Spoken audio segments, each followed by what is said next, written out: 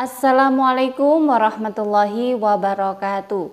Kembali lagi di channel saya, Welinda Ahmad. Apa kabar Anda semuanya? Semoga Anda selalu dalam keadaan sehat walafiat dan dilancarkan segala urusannya serta dimudahkan rezekinya. Nah, di video kali ini saya akan memberikan informasi mengenai update pencairan bantuan PKH BPNT di tahap 1 tahun 2023 nanti. Apakah para KPM yang berusia di bawah 40 tahun ke bawah akan mendapatkan bantuannya, baik itu PKH maupun BPNT di tahap 1 tahun 2023 nanti? Mari simak video ini sampai habis, jangan di skip agar tidak menimbulkan gagal paham. Dan bagi Anda yang baru bergabung di channel ini, saya ucapkan selamat datang dan terima kasih. Saya mohon dukungannya kepada Anda semua untuk terus dukung channel ini dengan cara klik tombol subscribe, aktifkan notifikasi loncengnya agar Anda mengetahui setiap saya mengupdate info-info terbaru. Kemudian jika Anda suka, silakan di like dan di share ke berbagai media sosial Anda. Nah, baik sahabat YouTube, patut Anda ketahui bahwasanya Kementerian Sosial telah membuat peraturan sesuai dengan nomor 101/HUK-2022 bahwasanya pelaksanaan program PKH dan sembako kini dibagi menjadi 3 dirjen sahabat YouTube. Yang mana sebelumnya adalah bantuan PKH itu jadi satu dalam satu dirjen dan bantuan BPNT itu dikumpulkan jadi satu dalam satu dirjen. Kini PKH dan bantuan BPNT dibagi menjadi 3 dirjen oleh Kementerian Sosial sahabat YouTube. Nah, 3 dirjen diantaranya adalah yang pertama adalah Dirjen Rehabilitasi Sosial atau Dirjen Rehsos. Kemudian yang kedua adalah Dirjen Perlindungan dan Jaminan Sosial atau yang disebut dengan Linjamsos. Dan dirjen yang ketiga adalah Dirjen Pemberdayaan Sosial atau disebut dengan Dayasos sahabat YouTube. Nah, di sini untuk Dirjen Rehsos Rehabilitasi Sosial itu meliputi pada KPM yang disabilitas tunggal dalam keluarga. Artinya dalam kakaknya itu hanyalah satu orang saja disabilitas. Nah, untuk jumlah disabilitas tunggal yang menerima bantuan PKH adalah sebanyak 47.050 KPM. Sedangkan disabilitas tunggal yang mendapatkan bantuan BPNT atau sembako adalah sebanyak 57.031 KPM yang mendapatkan bantuan BPNT atau sembako sampai itu. Nah, kemudian selain disabilitas tunggal, Dirjen Rehsos juga menaungi KPM lansia tunggal di dalam keluarga. Artinya dalam satu kakak hanya ada satu lansia tunggal saja yang mendapatkan bantuan sosial, baik itu PKH dan BPNT.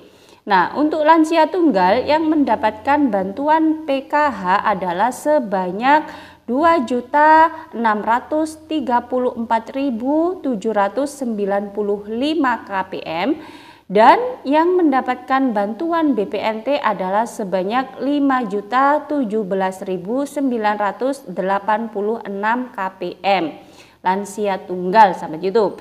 Nah, ini dinaungi oleh Dirjen Rehabilitasi Sosial. Jadi Dirjen Rehabilitasi Sosial itu menaungi 2 KPM, yakni yang pertama adalah lansia tunggal, kemudian yang kedua adalah disabilitas tunggal. Kemudian Dirjen Linjamsos atau disebut dengan Dirjen Perlindungan dan Jaminan Sosial. Nah, ini juga menaungi 2 macam KPM. Yang pertama adalah lansia dan disabilitas dalam keluarga. Atau di situ lansia dan disabilitasnya tidak satu orang saja, akan tetapi masih ada keluarga lain di dalam kakaknya. Nah, untuk lansia dan disabilitas dalam keluarga tersebut yang mendapatkan bantuan PKH adalah sebanyak 4.277.816 KPM yang mendapatkan bantuan PKH.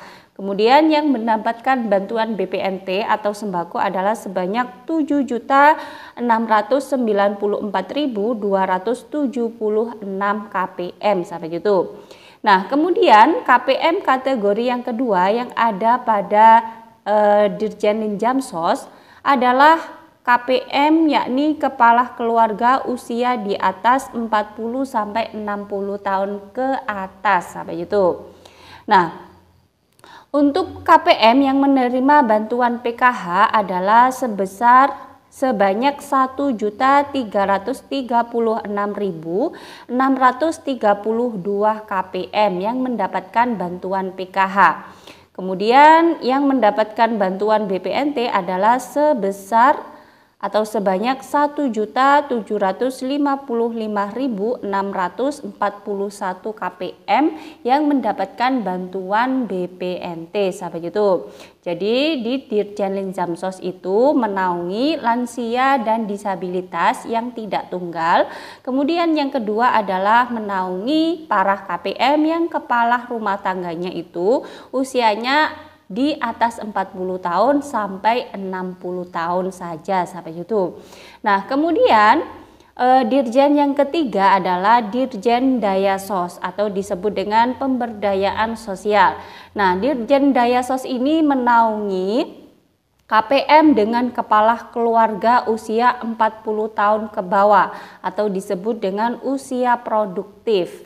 Nah, untuk KPM yang mendapatkan bantuan PKH pada usia 40 tahun ke bawah ini adalah sebanyak 1.703.707 KPM dan yang mendapatkan bantuan BPNT adalah 4.275.066 KPM yang mendapatkan bantuan BPNT sahabat YouTube. Jadi di sini bisa dimengerti ya bahwasanya total dari penerima bantuan PKH di seluruh Indonesia itu adalah sebanyak 10 juta KPM PKH dan total semua yang mendapatkan bantuan BPNT seluruh Indonesia adalah 18,8 juta para KPM. Nah, ini tentu saja akan berlangsung pada tahun 2023 nanti dan tidak ada perubahan.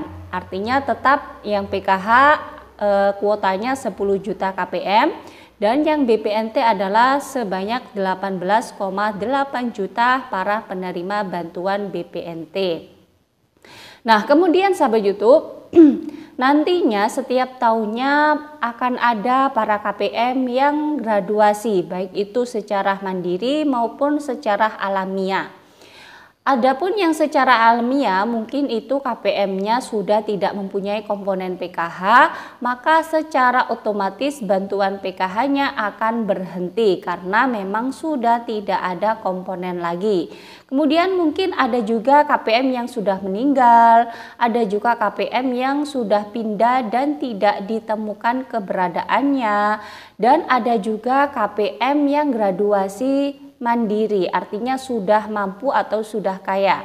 Nah, nantinya para KPM-KPM yang seperti itu setelah keluar dari bantuan PKH maupun BPNT nantinya akan digantikan oleh calon penerima bantuan PKH maupun bantuan BPNT yang datanya sudah masuk di data DTKS, artinya sudah menunggu di data DTKS milik Kementerian Sosial. Nah, kemudian sahabat YouTube, bagi Anda ataupun tetangga ataupun warga sekitar Anda yang kelihatannya layak menerima bantuan akan tetapi belum pernah mendapatkan bantuan apapun dari pemerintah, maka Anda bisa mengusulkannya melalui pihak desa atau pihak kelurahannya masing-masing agar supaya bisa dimasukkan dalam data DTKS yang nantinya bisa mendapatkan bantuan sosial dari pemerintah. Yang mana memang sifat dari mengusulkan adalah ya mengusulkan, jadi tidak langsung diterima dan tidak langsung dapat bantuan, akan tetapi mengantri terlebih dahulu. Jika nanti ada kuota yang kosong, maka nanti akan digantikan kepada KPM yang datanya sudah ada di DTKS dan belum pernah mendapatkan bantuan apapun dari pemerintah. Kemudian sahabat YouTube, untuk pencairan bantuan PKH di tahap yang ke-1 memang sesuai dengan jadwal yang sudah ditetapkan pemerintah, bahwasanya PKH di tahap 1 akan jatuh pada bulan Januari, Februari, dan Maret. Tahap 2 jatuh pada bulan April, Mei, dan Juni. Kemudian tahap 3 adalah Juli, Agustus, September, dan tahap 4 adalah Oktober, November, dan Desember. Jika pada bulan Januari ada pencairan bantuan PKH dan itu nantinya proses pencairannya itu membutuhkan waktu yang lama hingga mundur pada bulan Februari, maka ditunggu saja dan bersabar saja karena memang proses pencairan bantuan PKH BPNT memang ada berkalanya atau bertahapnya. Jadi dari surat SK yang diturunkan dari Kementerian Sosial, kemudian ada SP2D dan ada proses pencairan. Untuk itu berdoa saja semoga bantuan PKH kedepannya bisa cair lebih awal dan dilancarkan segala pencairannya sehingga para KPM bisa mendapatkan bantuan itu dengan sebaik-baiknya. Nah, kemudian untuk KPM yang berusia di bawah 40 tahun, apakah bisa masih mendapatkan bantuan PKH dan BPNT-nya? Insya Allah masih bisa sahabat YouTube, karena hingga saat ini para KPM tersebut masih bisa mendapatkan bantuan PKH dan BPNT-nya. Akan tetapi mungkin nanti bila ada kabar mengenai modal yang akan diberikan kepada KPM di bawah usia 40 tahun nanti akan kita umumkan lewat video ini sahabat YouTube. Nah, itu saja sahabat YouTube informasi pada hari ini yang bisa saya sampaikan, semoga bermanfaat bagi Anda semua. Dan bagi Anda yang baru bergabung di channel ini, jangan lupa tinggalkan jejak dengan cara klik tombol subscribe, aktifkan notifikasi loncengnya agar Anda mengetahui setiap saya mengupdate info-info terbaru. Kemudian jika Anda suka, silakan di like dan di share ke berbagai media sosial Anda.